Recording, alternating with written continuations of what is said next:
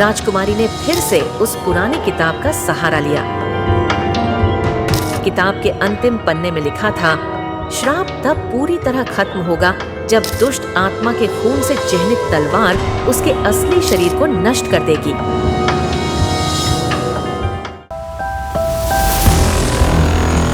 अनन्या ने तय किया कि वह रानी के असली शरीर को ढूंढेगी। उसने महल के तहखाने में जाकर पुराने दरवाजे खोले।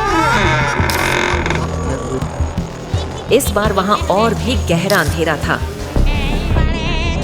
अचानक दीवारें खून से भीगने लगीं और फुसफुसाहट गूंजने लगी।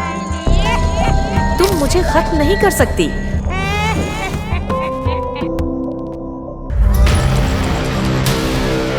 अनन्या ने मशाल जलाई और आगे बढ़ी। तहखाने के सबसे निचले हिस्से में उसे एक पत्थर का ताबूत मिला। जैसे ही उसने उसे खोला, अंदर रानी का कंकाल था। उसी समय आईना प्रकट हुआ और रानी की आत्मा ताबूत से बाहर निकल आई। आत्मा ने राजकुमारी को काले धुएं में घेर लिया। अनन्या ने अपनी पूरी ताकत लगाकर मशाल उस धुएं पर फेंकी, लेकिन आत्मा हंसने लगी।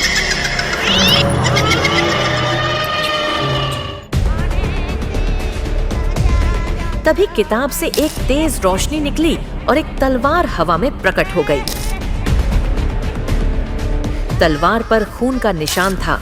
यह वही तलवार थी जिसकी बात किताब में लिखी थी। अनन्या ने तलवार उठाई और पूरी हिम्मत से आत्मा पर वार किया। एक कान फोड़ू चीख के साथ आत्मा जमीन पर गिरी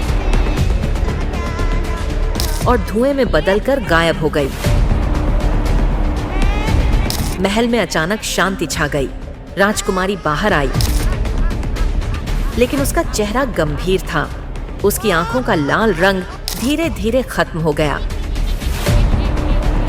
लेकिन अब उसके भीतर एक अजीब सी शक्ति बची थी। वह जानती थी कि इस शक्ति का इस्तेमाल अच्छे कामों के लिए करना होगा, वरना वह भी उसी रानी की तरह श्रापित हो सकती है। उस दिन से अनन्या सिर्फ एक सुंदर राजकुमारी नहीं रही। लोग कहते हैं कि वह रात को महल की दीवारों पर घूमती है और राज्य की रक्षा करती है, लेकिन कभी-कभी महल के आईने में अब भी एक हल्की परछाई दिखाई देती है, मानो रानी फिर लौटने का इंतजार कर रही हो।